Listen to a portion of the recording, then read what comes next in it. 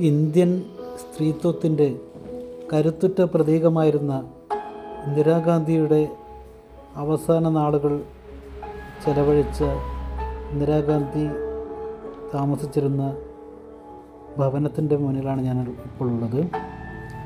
അവസാന നിമിഷങ്ങൾ നടന്ന ചുവടുകൾ വെച്ച ആ പാതയാണ് ഇവിടെ കാണുന്നത്. നടുക്കുള്ള ആ ഗ്ലാസ് വെച്ചെടുത്താണ് വെടിയേറ്റ് വീണത്. ഇന്ദിരാഗാന്ധിയുടെ അവസാന നാളുകൾ ക്രിമേഷന് ശേഷം രാജീവ് ഗാന്ധി മകൻ രാഹുലിനെ കെട്ടിപ്പിടിച്ച് കരയുന്ന ചിത്രമാണത്.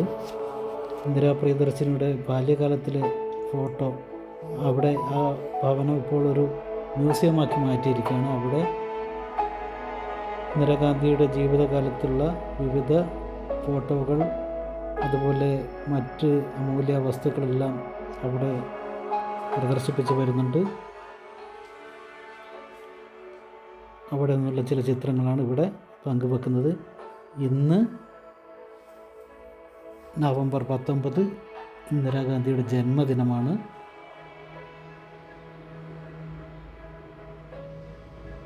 ഡൽഹിയിലെ സഫ്ദർജംഗ് ലൈൻ ആണ് ഈ ഇന്ദിരാഗാന്ധി മെമ്മോറിയൽ സ്ഥിതി ചെയ്യുന്നത്.